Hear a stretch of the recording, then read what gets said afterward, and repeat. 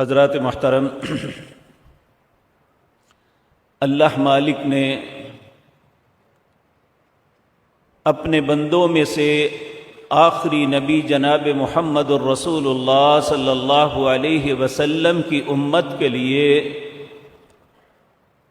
جو رہنما اصول مرتب کیے اور ہمیں عطا کیے، ان اصولوں کا نام قرآن کریم ہے۔ اس قرآن کے متعلق اللہ سورۃ بنی اسرائیل میں فرماتے ہیں ان ھذا القرآن یہدی للتی ہی اقوم۔ یہ قرآن وہ کتاب ہے جو کسی بھی قوم کی، کسی بھی انسان کی سب سے بہترین رہنمائی کر سکتا ہے۔ اس قرآن کریم کو اللہ نے 114 سورتوں کے اندر ڈیوائیڈ فرمایا ہے۔ بعض اس کی صورتیں طوال مفصل ہیں، صورتیں بھی لمبی ہیں، احکامات بھی بہت زیادہ ہیں، اور بعض قصار مفصل ہیں، صورتیں تو چھوٹی ہیں لیکن ان میں تفصیل اور احکامات بڑے واضح ہیں۔ ان قصار صورتوں میں 2 صورتیں ایسی ہیں جو قرآن کریم میں آیات کے اعتبار سے سب سے چھوٹی ہیں۔ ان میں ایک سورۃ العصر ہے اور ایک سورۃ الکوثر ہے۔ آج سورۃ العصر جو ہے قرآن کریم کی قصار سب سے چھوٹی صورتوں میں، اور اس کے احکامات کتنے مفصل ہیں وہ آپ کے سامنے عرض کرنے ہیں۔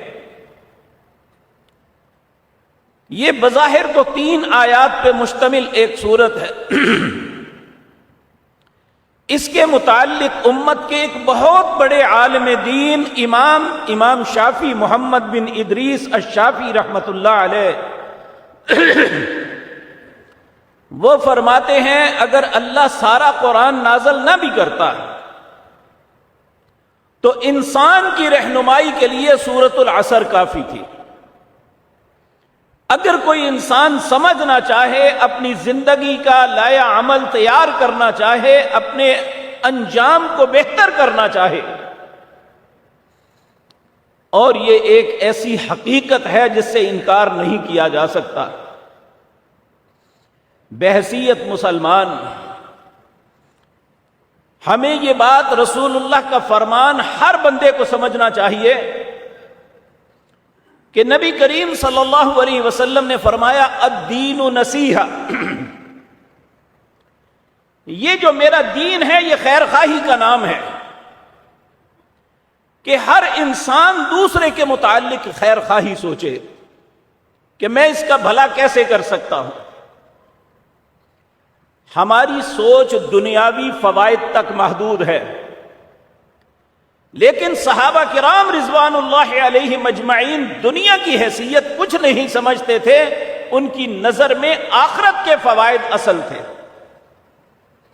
اسی لیے صحابہ کرام رضوان اللہ علیہ مجمعین کے متعلق احادیث کی کتابوں اور تاریخ کی اور سیرت کی کتابوں میں یہ بات درج ہے کہ اذا التقیا لم يتفرقا حتى يقرأ احدهما على الاخر۔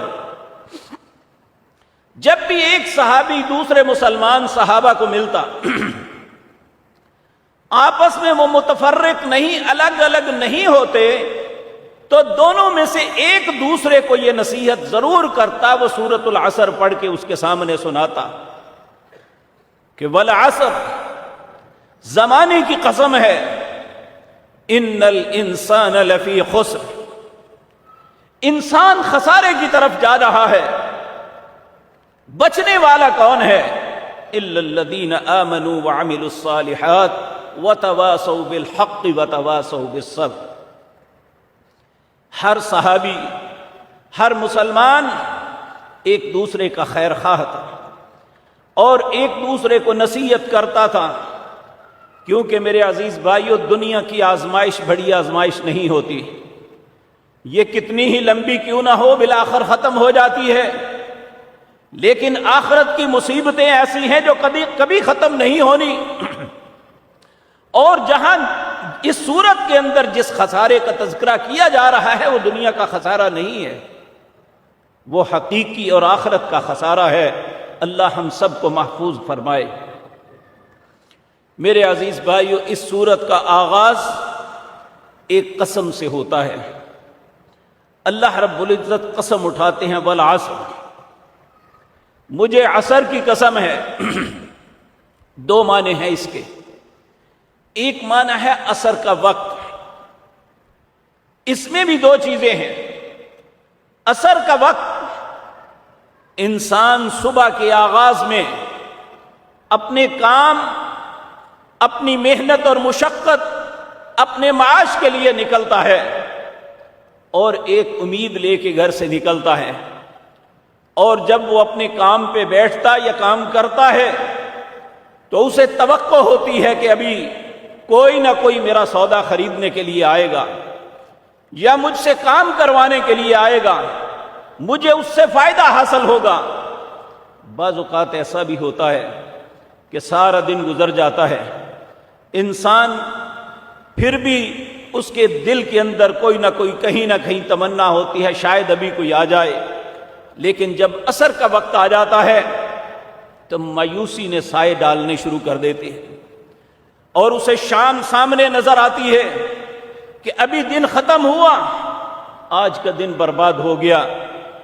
عصر کے وقت وہ مایوس ہو جاتا ہے کہ اب دن کی کیفیت ختم ہونے والی ہے اور میرے معاملات ابھی تک پورے نہیں ہو سکے، میں تو گھر والوں کا کھانا بھی اکٹھا نہیں کر سکا۔ تو یہ عصر کے وقت کی قسم اللہ نے اس لیے بھی اٹھائی۔ اور دوسرا عصر کا وقت ایک ایسا ہے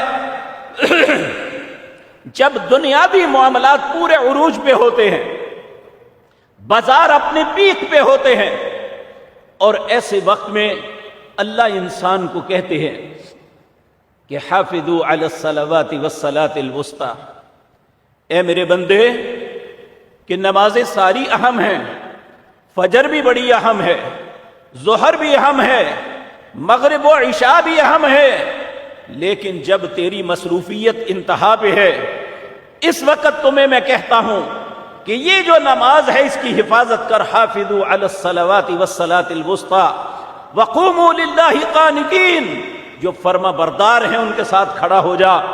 تیری فرما برداری یہ نہیں ہے کہ تم اپنی دنیا کو اکٹھا کرتے، اپنے مال و متاع کے پیچھے لگتے ہوئے اپنے رب کو فراموش کر دے۔ حافظوا علی الصلوات، اس نماز کے لیے آ جا۔ نبی مکرم صلی اللہ علیہ وسلم نے ارشاد فرمایا، جس کی عصر کی نماز ضائع ہو گئی، جماعت گزر گئی، وقت گزرتا رہا، وہ نہیں پڑھی یا اسے دیر سے پڑھا، اس کا اتنا بڑا نقصان ہے کہ اگر وہ اس کا مال و دولت، اس کا مال و متاع، اس کا گھر، اس کی سواری، اس کی اولاد سب کو آگ لگ جائے، اللہ سب کو اپنی امان میں رکھے، اللہ سب کی حفاظت فرمائے۔ اگر خدا نخواستہ اتنا بڑا نقصان ہو جائے تو وہ بھی بڑا نقصان نہیں جتنا نقصان عصر کی نماز کو چھوڑنے کا ہے۔ تو اس لیے میرے عزیز بھائیوں، اللہ نے یہ قسم اٹھا کے انسان کو یقین دلایا، یہ اللہ کی محبت اور پیار ہے انسان کے ساتھ کہ وہ جب بھی کوئی اہم بات ہوتی ہے، انسان کے فائدے کی بات ہوتی ہے یا اسے نقصان سے بچانے کی بات ہوتی ہے، اللہ قسمیں اٹھا کے بات یقین دلاتا ہے۔ حالانکہ وہ مالک ہے، مالک الملک ہے، وہ نہ بھی قسم اٹھائے تو ہم یہ یقین کرنا ہوگا، لیکن پھر بھی اللہ اپنے بندے پہ رحم کرتے ہوئے اسے قسم دے کے یقین دلاتا ہے کہ یہ تمہارے لیے خیر ہے یا تمہارے لیے خیر نہیں ہے۔ ایک اس کا معنی ہے زمانے کی قسم، عصر زمانے کو بھی کہتے ہیں، اور ہر دانا آدمی جانتا ہے کہ ہم گرامر کی کتابوں میں یہ پڑھتے ہیں، تین زمانے ہیں، ایک زمانہ ماضی ہے، ایک زمانہ حال ہے، ایک مستقبل ہے۔ زمانہ ماضی جو گزر چکا، زمانہ حال جس کے اندر گزر رہے ہیں، مستقبل جو آئندہ آنے والا ہے، اور ہر دانا آدمی جانتا ہے جو گزر چکا وہ واپس پلٹ کے نہیں آتا، جو وقت گزر گیا وہ پلٹ کے واپس نہیں آتا۔ انسان سے جو کوتاہی ہو چکی، وہ کبھی نہیں پلٹے گی، لیکن میرا رب اتنا رحیم و کریم ہے کہ انسان کتنی ہی خطائیں کر بیٹھا، کتنا ہی وقت ضائع کر بیٹھا، پھر بھی اس نے اس کے لیے توبہ کا دروازہ بند نہیں کیا کہ یہ کبھی بھی میری دروازے پہ آ جائے، میری بارگاہ میں میرے سامنے آ کے اپنے آپ کو جھکا دے، وَأَنِيبُوا إِلَىٰ رَبِّكُمْ، اپنے رب کی طرف لوٹ آئے، وَأَسْلِمُوا لَهُ، اس کا فرما بردار بن جائے، تو اللہ رب العزت ساری خطاؤں کو معاف کر سکتا ہے۔ تو میرے عزیز بھائیوں، اللہ یہ عصر کے وقت کی قسم اٹھا کے کہتے ہیں والعصر، مجھے زمانے کی قسم ہے، ان الانسان لفی خسر، ہر انسان خسارے کی طرف جا رہا ہے۔ میرے عزیز بھائیو، اکثر لوگ کاروبار کرتے ہیں، ہر کاروباری آدمی ہر دن ایک روزنامچہ لکھتا ہے، اس میں ایک آمدن ہوتی ہے، ایک اخراجات ہوتے ہیں، پھر ان دونوں کو ٹیلی کر کے رات کو حساب لگا کے جاتا ہے کہ آج میں نے کیا کمایا اور کیا خرچ کیا۔ اگر اس کے اخراجات اس کی آمدن سے بڑھ جائیں تو وہ سمجھتا ہے کہ آج کا دن نقصان میں گزر گیا، پھر وہ آئندہ دن کے لیے تیاری کرتا ہے کہ کل جو مجھے نقصان ہوا ہے اس کا ازالہ کیسے کرنا ہے۔ تو جو انسان اپنے روزنامچے کو نہیں ملاتا، اپنے کھاتوں کی طرف توجہ نہیں کرتا، وہ ہمیشہ نقصان میں رہتا ہے، اسے احساس ہی نہیں میں خرچ کیا کر رہا ہوں، کما کیا رہا ہوں۔ دانا اور عقل مند انسان وہ ہے، اور وہی انسان دنیا کے کاروبار معاملات میں ترقی کرتے ہیں جنہیں اپنے کھاتوں پہ پوری نظر ہوتی ہے، وہ اپنی ہر غلطی کو سوچتے ہیں، نظر انداز نہیں کرتے۔ تو میرے بھائیو، یہ تو دنیا کا معاملہ ہے، جس طرح میں پہلے عرض کر چکا، یہ تو ختم ہو جانا ہے۔ اصل خسارہ تو وہ ہے جو آنے والے وقت میں ہونے والا ہے۔ دنیا کی زندگی کوئی کتنی جی لے گا، 100 سال؟ یہود کو اللہ نے کہا تھا اگر تمہیں 1000 سال بھی مل جائے نا تو کیا اس کے بعد موت نہیں ہے؟ پھر اپنے ظلم کا، اپنی خباثتوں کا جواب نہیں دینا پڑے گا تمہیں؟ تو میرے عزیز بھائیوں، یہ دنیا کے معاملات میں ہم رنجیدہ ہو جاتے ہیں، دنیا کے نقصانات پہ ہم اپنے حواس کھو دیتے ہیں، لیکن آخرت کے متعلق ہم میں سے بہت کم لوگ ہیں جنہیں فکر ہے کہ آخرت میں کیا بنے گا۔ یہ صورت ہمیں یہی دعوت فکر دیتی ہے کہ ان الانسان لفی خسر، انسان خسارے کی طرف جا رہا ہے۔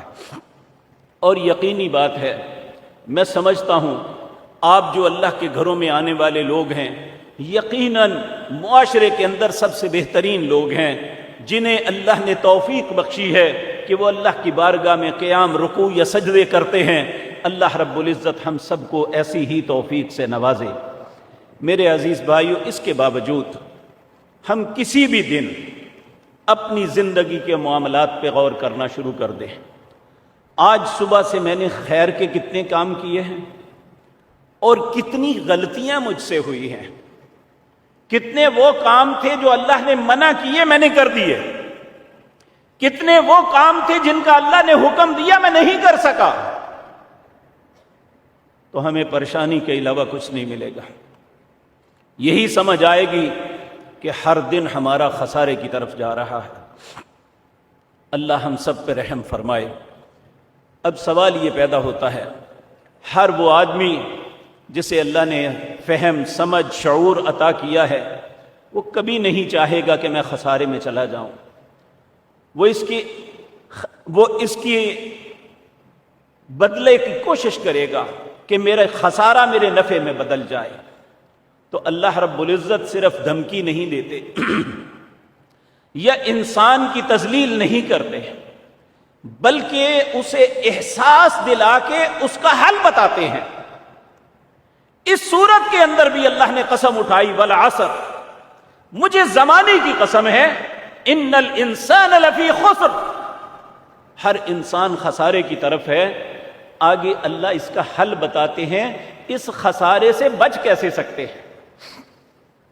تو 4 آپشن بتائے اللہ رب العزت نے، اگر یہ 4 کام کر لو تو اللہ رب العزت وعدہ دیتے ہیں کہ وہ انسان خسارے میں نہیں ہوگا۔ اللہ ہمیں ان آپشنز پہ غور کر کے ان پہ عمل کی توفیق عطا فرمائے۔ وہ کیا ہے؟ پہلا آپشن خسارے سے بچنے کے لیے، الا الذین آمنوا، وہ لوگ جو ایمان لائے۔ اب ہم فوراً ہمارے دل نے اس بات کا جواب دیا کہ ہم تو ایمان والے ہیں۔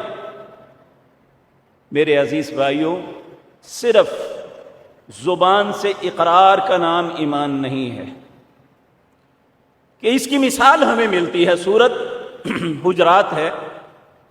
نبی کریم صلی اللہ علیہ وسلم کے پاس کچھ گاؤں کے لوگ آئے، انہوں نے آ کے اسلام کو قبول کیا، کلمہ پڑھا اور فوراً کہنے لگے قالت الاعراب آمنا، اعراب کے لوگ کہنے لگے ہم ایمان لے آئے۔ اللہ نے اسی وقت آیتیں اتار دی کہ قالت الاعراب آمنا قل لن تؤمنوا، یہ اعراب کے لوگ کہہ رہے ہیں ہم ایمان لائے، انہیں کہو تم ایمان نہیں لائے ابھی، ولیکن قولوا اسلمنا، ابھی تو تم نے اسلام کو قبول کیا ہے، کلمہ پڑھا ہے۔ ایمان کب ہوگا؟ ولما يدخل الایمان فی قلوبکم، جب یہ ایمان تمہارے دل کے اندر داخل ہو جائے گا۔ ہر بیج اپنے پودے سے پہچانا جاتا ہے، بیج تو زمین کے اندر غرق ہو جاتا ہے، جب اس کا پودا نکلتا ہے تو پھر پتا چلتا ہے یہ کس چیز کا پودا ہے، کون سا بیج لگایا تھا جس کا پودا ہے۔ جب ایمان دل کے اندر جاتا ہے تو اس کا پھل جو نکلتا ہے، پھر انسان کو پتا چلتا ہے کہ اس کے پاس ایمان کی نعمت ہے یا نہیں ہے۔ نبی کریم نے فرمایا صلی اللہ علیہ وسلم، ایمان کے لیے 3 شرائط ہیں۔ سب سے پہلی شرط اقرار باللسان، زبان سے اقرار کرنا۔ نمبر 2 وتصدیق بالقلب، دل اس بات کا یقین کرے کہ یہ سچ ہے۔ وعمل بالجوارح، اس کے اعضاء عمل کر کے دکھائیں کہ جو میں کہتا ہوں، جسے صحیح سمجھتا ہوں، اس کے مطابق چلتا بھی ہوں۔ اب اگر ہم اپنا جائزہ لیں تو بہت سے لوگ تو اس سٹیپ پہ آگے بڑھ ہی نہیں سکیں گے کہ اقرار باللسان ہم سب کا ہے، وتصدیق بالقلب بہت سے لوگ نکل جائیں گے کہ ان کا دل ہمیشہ تذبذب میں رہتا ہے، اور جب عمل کی باری آتی ہے تو بہت سارے نکل جاتے ہیں، بہت کم رہ جاتے ہیں۔ وعمل بالجوارح، تو جب تک یہ تینوں سٹیپ کراس نہیں کریں گے ایمان نہیں آئے گا۔ انما المؤمنون الذین اذا ذکر اللہ، ایماندار کون ہے؟ جب اللہ کا ذکر کیا جاتا ہے وجلت قلوبہم، ان کے دل ڈر جاتے ہیں۔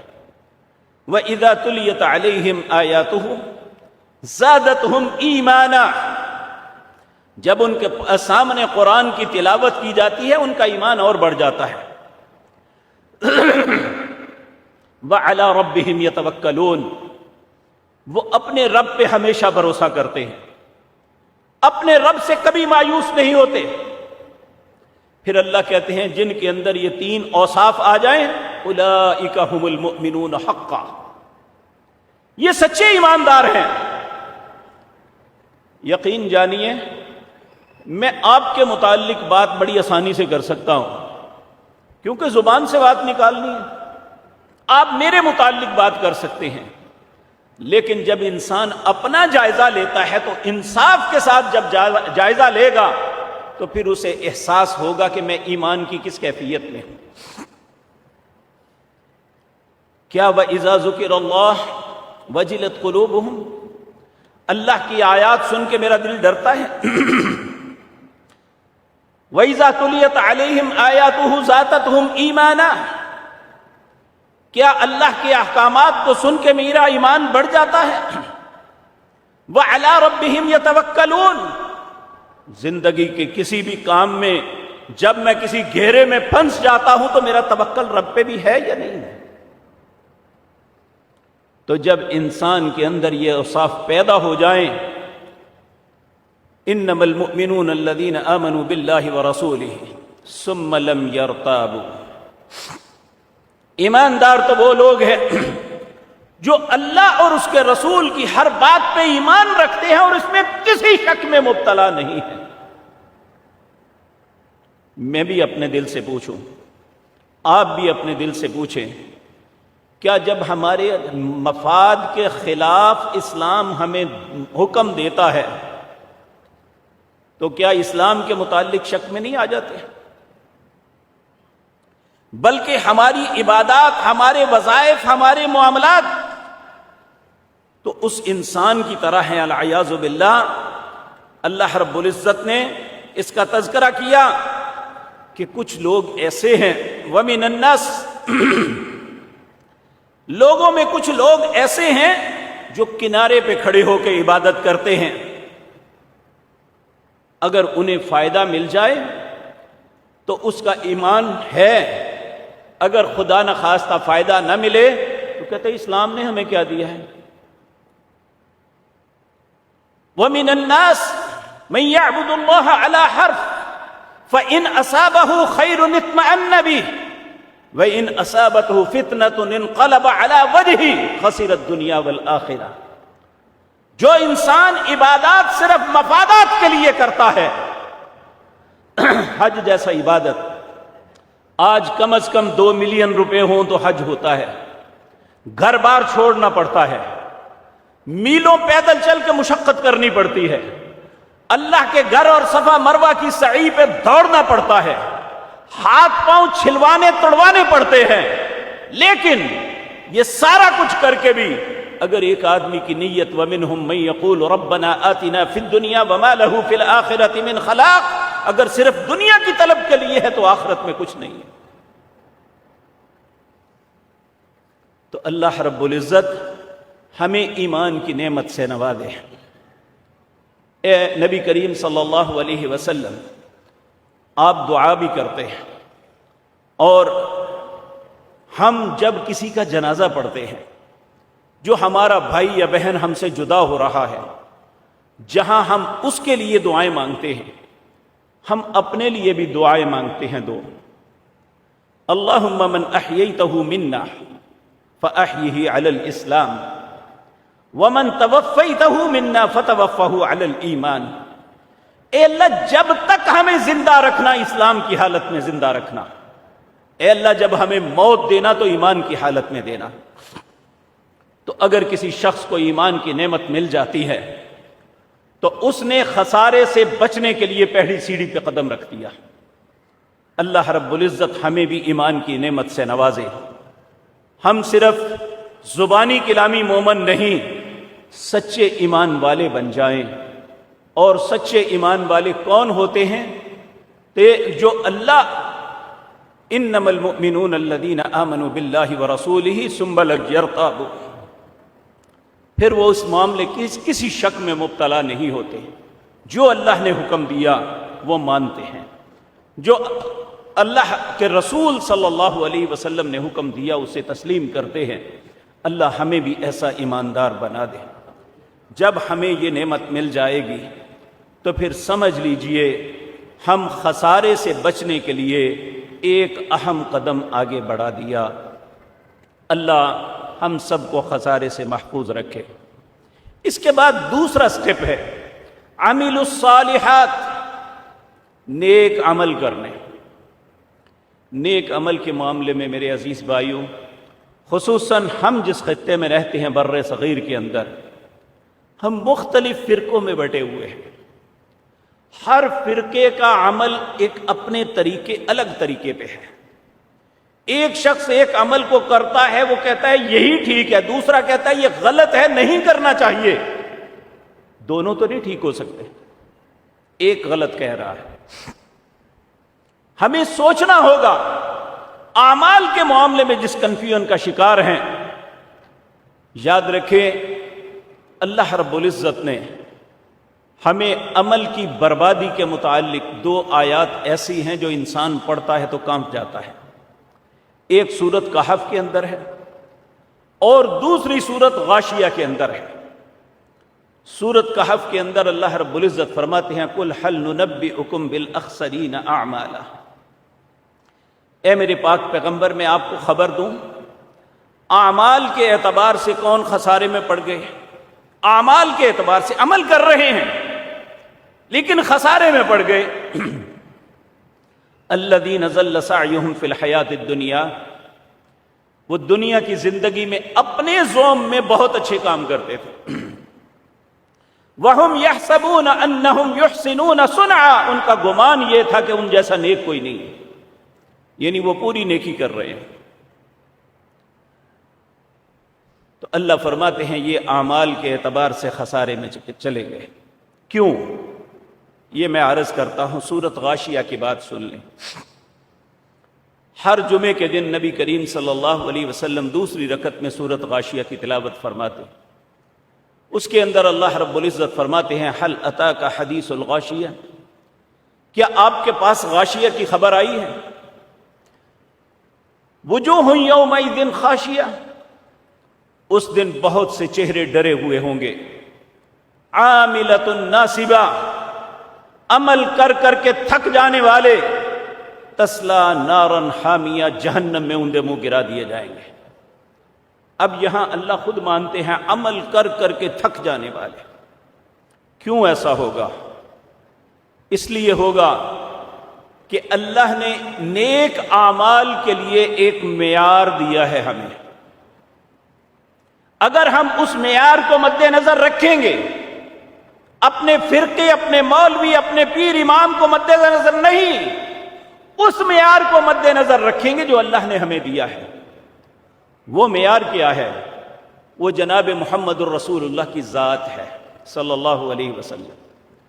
کہا لقد کان لکم فی رسول اللہ اسوۃ حسنہ، تمہارے لیے اگر بہترین نمونہ کوئی ہے تو وہ جناب محمد الرسول اللہ کی ذات ہے. اور نبی مکرم نے خود فرمایا من احدث فی امرنا ھذا فہو رد، جس بندے نے میرے اس دین، میرے طریقے کے علاوہ کسی اور طریقے کو دین بنانے کی کوشش کی، اللہ کی بارگاہ میں وہ قبول نہیں ہوگا. تو ہمیں عمل کرنے سے پہلے یہ ضرور سوچ لینا چاہیے کہیں ہمارے اعمال اللہ نہ کرے برباد نہ ہو جائیں. تو 4 باتیں میں آپ کے سامنے عرض کروں گا جو اللہ مالک نے قرآن کریم میں فرمائی، جن کی وجہ سے انسان کے اعمال برباد ہو جاتے ہیں. اللہ ہم سب کی حفاظت فرمائے. میرے عزیز بھائیوں، میں اس قابل نہیں ہوں کہ کسی پہ فتویٰ بازی کروں، نہ میں کسی کو غلط نہ کسی کو صحیح، اپنے آپ کو صحیح دوسرے کو غلط، ایسی بات نہیں کرتا. میں اللہ کی کلام سے 4 باتیں عرض کروں گا. اس آئینے کے اندر میں بھی اپنا چہرہ دیکھوں، آپ بھی دیکھیں. اگر تو ہم ان اعمال سے جن کی وجہ سے اعمال برباد ہو جاتے ہیں بچ جاتے ہیں تو پھر یقین جانیے ہم خسارے سے بچ گئے. تو اگر خدا نخواستہ ہم اس کے انگیزٹ ہمارے اعمال ہوئے تو ہمیں خسارے سے کوئی نہیں بچا سکتا. اللہ ہر مسلمان پر رحم فرمائے. سب سے پہلی بات سورت زمر ہے، اس کا سیکنڈ لاسٹ رکوع ہے، 24واں پارہ. اللہ رب العزت نے اپنے حبیب کریم جناب محمد الرسول اللہ صلی اللہ علیہ وسلم کو ارشاد فرمایا وَلَقَدْ أُوحِيَ إِلَيْكَ وَإِلَى الَّذِينَ مِنْ قَبْلِكَ لَئِنْ أَشْرَكْتَ لَيَحْبَطَنَّ عَمَلُكَ وَلَتَكُونَنَّ مِنَ الْخَاسِرِينَ. اے میرے پاک پیغمبر، میں آپ کی طرف یہ وحی کر رہا ہوں. آپ سے پہلے جتنے انبیاء آئے تھے میں نے ان سب کو یہ بات کہی تھی. کیا؟ لَئِنْ أَشْرَكْتَ لَيَحْبَطَنَّ عَمَلُكَ وَلَتَكُونَنَّ مِنَ الْخَاسِرِينَ. اگر کسی نے بھی شرک کر لیا میں سارے اعمال برباد کر دوں گا، خسارے کے علاوہ کچھ نہیں ملے گا۔ میرے پیارے بھائیوں، نبی کریم صلی اللہ علیہ وسلم، اللہ ہزاروں کروڑوں درود و سلام بھیجے آپ کی ذات مطہرہ پر، آپ نے بھی ہمیں تلقین فرمائی۔ صحابہ کا ایک جمع غفیر آپ کے سامنے بیٹھا ہوا ہے، آپ نے ان کو مخاطب ہو کے فرمایا، ایھا الناس، اے لوگو، اسمعوا قولی، میری بات کو غور سے سنو، اتقوا ھذا الشرک، اس شرک سے بچ کے رہنا، فإنہ اخفی من دبیب النمل، یہ انسان کے اندر اس طرح داخل ہوتا ہے جس طرح چیونٹی داخل ہو جاتی ہے۔ تو صحابہ کرام گھبرا گئے، کہا یا رسول اللہ اگر اتنا حساس معاملہ ہے ہم اس سے بچیں گے کیسے؟ آپ نے فرمایا صبح شام اللہ سے دعا کرنا، اے اللہ ایسے شرک سے بھی تیری پناہ چاہتے ہیں جو جان بوجھ کے کریں، ایسے شرک سے بھی تیری پناہ چاہتے ہیں جو غلطی سے ہم سے ہو جائے۔ اب میرے پیارے بھائیوں یہ بات ذہن میں رکھیں، کوئی بھی مسلمان جب شرک کرتا ہے گناہ سمجھ کے نہیں کرتا، محبت اور عقیدت کے اندر اتنا آگے بڑھ جاتا ہے کہ وہ شرک کی گندگی میں مبتلا ہو جاتا ہے۔ مثلا دوسرا پارہ ہے، اس کا تیسرا رکوع، شرک یہاں سے شروع ہوتا ہے۔ اللہ کہتے ہیں وَمِنَ النَّاسِ مَن يَتَّخِذُ مِن دُونِ اللَّهِ أَندَادًا يُحِبُّونَهُمْ كَحُبِّ اللَّهِ وَالَّذِينَ آمَنُوا أَشَدُّ حُبًّا لِلَّهِ وَلَوْ يَرَى الَّذِينَ ظَلَمُوا إِذْ يَرَوْنَ الْعَذَابَ أَنَّ الْقُوَّةَ لِلَّهِ جَمِيعًا وَأَنَّ اللَّهَ شَدِيدُ الْعَذَابِ۔ لوگوں میں کچھ ایسے لوگ ہیں، وَمِنَ النَّاسِ، لوگوں میں کچھ ایسے لوگ ہیں، مَن يَتَّخِذُ مِن دُونِ اللَّهِ أَندَادًا، وہ اللہ کے علاوہ اوروں کو شریک بنا لیتے ہیں، يُحِبُّونَهُمْ كَحُبِّ اللَّهِ، ان سے ویسی محبت کرتے ہیں جیسی اللہ سے کرنی چاہیے تھی۔ وَالَّذِينَ آمَنُوا، جو اہل ایمان ہیں، أَشَدُّ حُبًّا لِلَّهِ، سب سے زیادہ اللہ سے محبت کرتے ہیں۔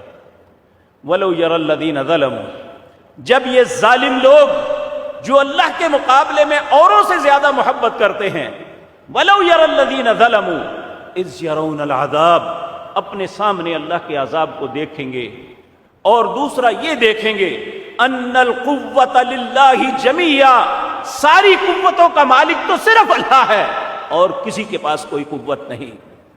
أَنَّ الْقُوَّةَ لِلَّهِ جَمِيعًا وَأَنَّ اللَّهَ شَدِيدُ الْعَذَابِ، اور اس کا عذاب بھی بڑا سخت ہے۔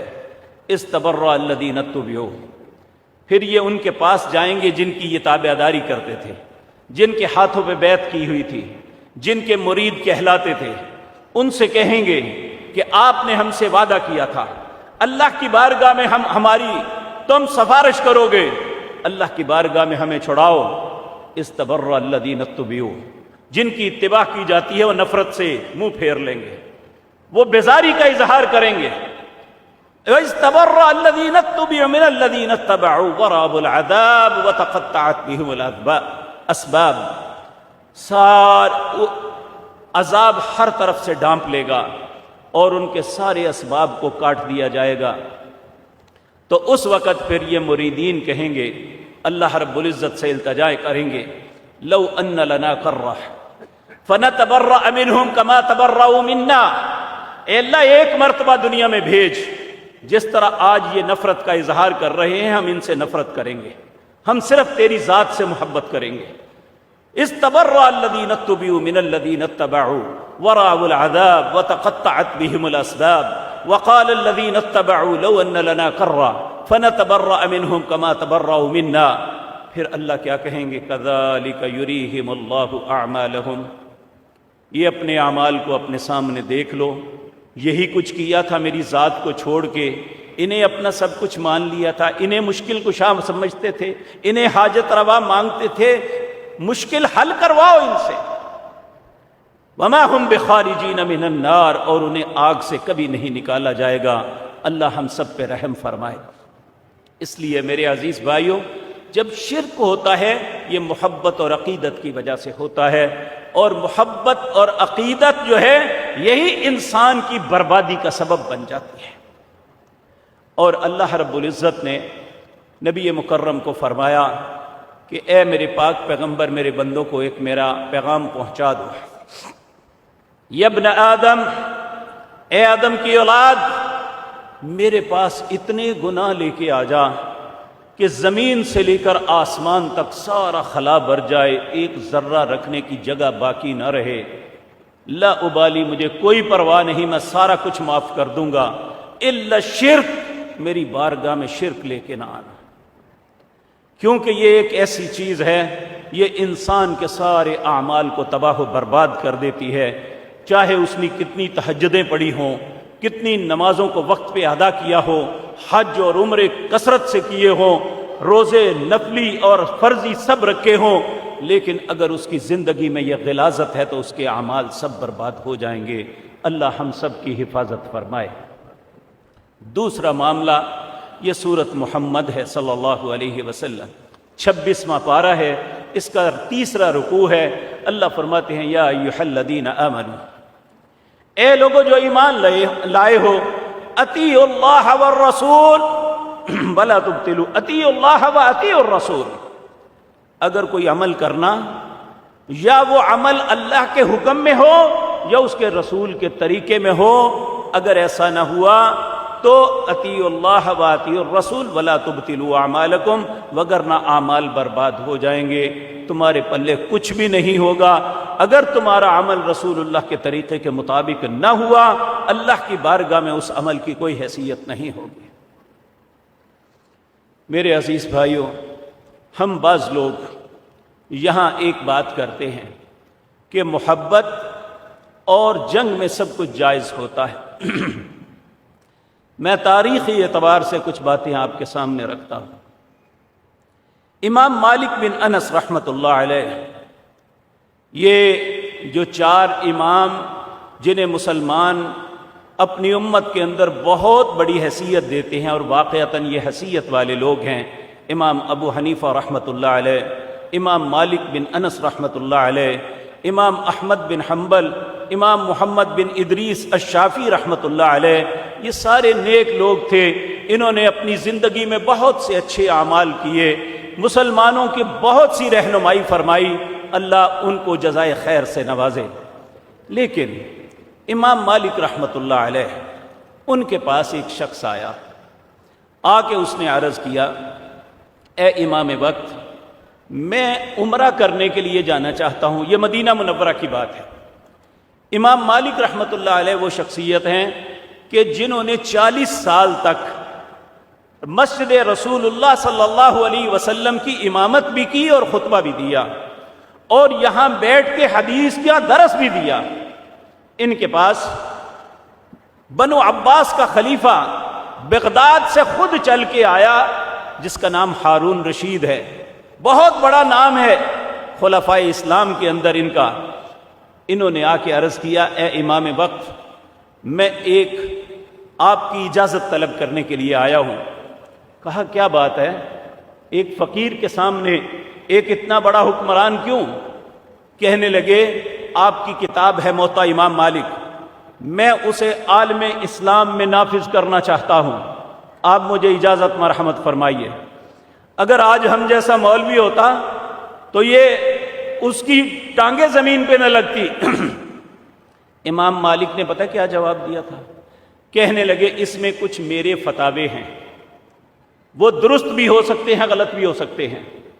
میں یہ نہیں چاہتا کہ اگر میرے سے کوئی غلطی ہو گئی تو امت کے اندر اسے لازمی قانون کے طور پہ نافذ کر دیا جائے. ہاں، اس کے اندر کچھ احادیث رسول ہیں صلی اللہ علیہ وسلم، ان کو نافذ کرنے کے لیے میری اجازت کی ضرورت نہیں ہے.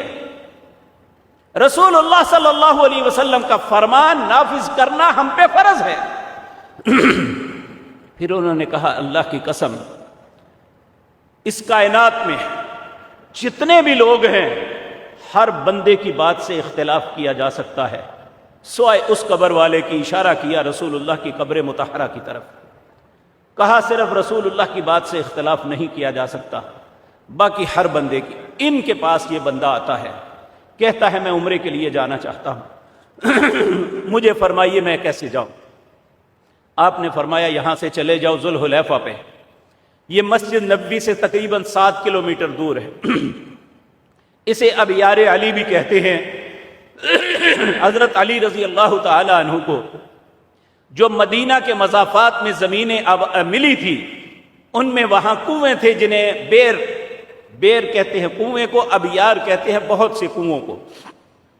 ابیار علی یہاں حضرت علی رضی اللہ تعالی عنہ کی زرعی زمین تھی اور ان کے کنویں تھے، اور اس کا پرانا نام ذوالحلیفہ تھا۔ کہا وہاں جاؤ، احرام باندھو اور تب لبیک پکارتے ہوئے جاؤ۔ پھر سارے عمرے کا طریقہ بتایا۔ وہ کہنے لگا نہیں، مجھے رسول اللہ سے محبت ہے صلی اللہ علیہ وسلم، میں احرام آپ کی قبر مبارک کے پاس سے باندھ کے جاؤں گا۔ اب یہ بظاہر اگر انسان جذبات سے سوچے گا تو بہت خوبصورت بات لگتی تھی۔ انہوں نے کہا میرے ساتھی، میں تجھے رسول اللہ کا فرمان بتا رہا ہوں۔ نبی کریم صلی اللہ علیہ وسلم جب عمرے کے لیے تشریف لگے، حدیبیہ کے مقام پہ روک لیے گئے، آپ اور 1400 صحابہ نے احرام باندھا ذوالحلیفہ سے۔ پھر آپ عمرہ نہ کر سکے، عمرۃ القضاء کے لیے گئے تو احرام باندھا ذوالحلیفہ سے۔ پھر جب مکہ فتح ہو گیا، ہجرت کے 9ویں سال آپ نے حضرت ابو بکر کو امیر حج بنا کے بھیجا اور انہیں حکم دیا کہ احرام باندھنا ذوالحلیفہ سے۔ اور پھر 10 کو آپ خود بنفس نفیس حج کے لیے تشریف لگے، 1 لاکھ سے زیادہ لوگ آپ کے ساتھ تھے۔ آپ نے اور آپ کے ساتھیوں نے احرام باندھا ذوالحلیفہ سے۔ میں تجھے رسول اللہ کا حکم، آپ کا فعل، دونوں باتیں بتا رہا ہوں، وہاں سے باندھو۔ وہ شاید کو ضدی مولوی تھا، کہنے لگا نہیں جی میں یہیں سے باندھوں گا۔ آپ نے فرمایا پھر رسول اللہ کا ایک فرمان سن لو، بلکہ 2 فرمان آپ نے بیان کیے۔ کہا نبی مکرم نے فرمایا کل امتی یدخلون الجنت الا من ابا، قیل ومن ابا یا رسول اللہ صلی اللہ علیہ وسلم، من اطاعنی دخل الجنہ ومن عصانی فقد ابا۔ میری ساری امت جنت میں جائے گی مگر وہ نہیں جائے گا جس نے جانے سے انکار کر دیا۔ پوچھنے والے نے پوچھا قیل ومن ابا یا رسول اللہ صلی اللہ علیہ وسلم، بلا جنت میں جانے سے کون انکار کرے گا؟ تو آپ نے فرمایا من اطاعنی، جس نے میری اطاعت کی، میری بات کو مانا، اس کے مطابق چلا، وہ تو جنت میں جائے گا، اور جس نے میری بات کو نہ مانا اس نے جنت میں جانے سے انکار کیا۔ پھر آپ نے فرمایا تم کہتے ہو کہ میری محبت ہے رسول اللہ سے۔ رسول اللہ نے فرمایا من احب سنتی فقد احبنی ومن احبنی کان معی فی الجنہ، جس نے میرے طریقے سے پیار کیا حقیقتاً اس نے مجھ سے پیار کیا، اور جس نے مجھ سے پیار کیا وہ جنت میں میرے ساتھ جائے گا۔ تو تم کہتے ہو میں رسول اللہ کی مخالفت بھی کروں اور پھر پیار بھی جتلاؤں۔ ساری باتیں سننے کے باوجود بعض لوگ بہت ضدی ہوتے ہیں، نہیں مانتے۔ پھر اس نے کہا نہیں میں یہیں سے باندھوں گا۔ پھر حضرت امام کو غصہ آ گیا، انہوں نے پھر قرآن کی آیت پڑھی، کہنے لگے فَلْيَحْذَرِ الَّذِينَ يُخَالِفُونَ عَنْ أَمْرِهِ أَن تُصِيبَهُمْ فِتْنَةٌ أَوْ يُصِيبَهُمْ عَذَابٌ أَلِيمٌ۔ تمہیں اللہ کے رسول کی مخالفت کرتے ہوئے اللہ سے ڈر نہیں آتا کہ اللہ تمہیں کسی فتنے میں مبتلا کر دے یا دردناک عذاب میں نہ ڈال دے؟ تو میرے عزیز بھائیوں، ہم جب عمل کریں تو اپنے فرقے کو نہ دیکھیں، اپنے آباء و اجداد کے طریقے کو نہ دیکھیں، اپنے مولوی پیر امام کو نہ دیکھیں تو کس کو دیکھیں؟ جناب محمد الرسول اللہ کو۔ انہوں نے یہ عمل کیسے کیا؟ تو وہ اگر تھوڑا بھی ہوگا تو اللہ کے ہاں مقبول ہوگا، وگرنہ اعمال برباد۔ تیسری بات، اعمال کے بربادی کے لیے ریاکاری ہے۔ اگر اللہ کی ذات کے علاوہ انسان لوگوں کو دکھلانے کے لیے عمل کرتا ہے، اس پہ بہت لمبی بحث ہو سکتی ہے، لیکن جمعے کا وقت کم ہوتا ہے۔ تو جو شخص ریاکاری کے لیے کرے گا، کل قیامت کے دن اللہ کی بارگاہ میں اپنے اعمال کے ساتھ پیش ہوگا، تو اللہ کہیں گے تم نے جن لوگوں کے لیے عمل کیا ان سے جا کے اجر لے لے، میرے پاس تیرے لیے کچھ نہیں ہے۔ اللہ ہم سب کی حفاظت فرمائے۔ اور چوتھی بات میرے عزیز بھائیوں، کہ جب بھی عمل کرو حسن نیت کے ساتھ، اللہ کی رضا کے لیے کہ میرا رب مجھ پہ راضی ہو جائے، تو وہی عمل اللہ کی بارگاہ میں مقبول ہوگا۔ تو اللہ ہمیں ایسا عمل کرنے کی ہی توفیق عطا فرمائے۔ اگر ایسا عمل کیا تو ہم نے دوسرا سٹیپ جو ہے اسے پھلانگ لیا جو خسارے سے ہمیں بچا دے گا۔ تیسرا وتواصوا بالحق، حق کی وصیت کرنا۔ حق کیا ہے؟ حق یہ نہیں ہے کہ میرے بھائی نے چوری کی ہے میں اس کی ضمانت کے لیے یا میں اس کی سفارش کے لیے چل پڑوں، میرے بھائی نے کسی پہ ظلم کیا ہے تو میں اس کی اعانت کے لیے چل پڑوں۔ حق یہ ہے کہ انسان جو سچ ہے اس کا ساتھ دے، چاہے مخالف کیوں نہیں۔ حتیٰ کہ اللہ نے یہاں تک کہا یا ایھا الذین آمنوا کونوا قوامین بالقسط شہداء للہ ولو علی انفسکم، اللہ کے لیے گواہی دینا چاہے اپنی جان کے خلاف گواہی کیوں نہ دینی پڑے۔ اپنی جان سے بڑھ کے تو کوئی چیز نہیں ہوتی۔ تو حق یہ ہے اگر میں حق کے خلاف ہوں تو اپنے خلاف بھی بات کرنی پڑے تو کر دینا، یہی حق ہے، یہی خسارے سے بچنے کا رستہ ہے۔ وتواصوا بالصبر، اور اسلام کے احکامات پر عمل کرنے میں اگر کوئی دشواریاں آ جائیں، اگر کوئی تکلیف آ جائے تو صبر کرنا، صبر کی تلقین کرنا۔ اللہ کو یہ بات قطعاً پسند نہیں کہ انسان مصیبت کے وقت جزا فضا شروع کر دے، بلکہ اللہ کو وہی انسان پسند ہے۔ ان اللہ یحب الصابرین، اللہ صبر کرنے والوں سے محبت کرتا ہے۔ یہ 4 سٹیپ ہیں: ایمان، نیک عمل، حق کا ساتھ دینا اور مصیبت کے وقت صبر کرنا۔ یہ 4 ایسی چیزیں ہیں، ایسی گھاٹیاں ہیں جو ہمیں اللہ کی توفیق سے، اللہ کی عنایت اور مہربانی سے خسارے سے بچا سکتی ہیں۔ اللہ ہر مسلمان کو خسارے سے محفوظ رکھے، دنیا اور آخرت کی ہر خیر ہمارے مقدر میں لکھ دے۔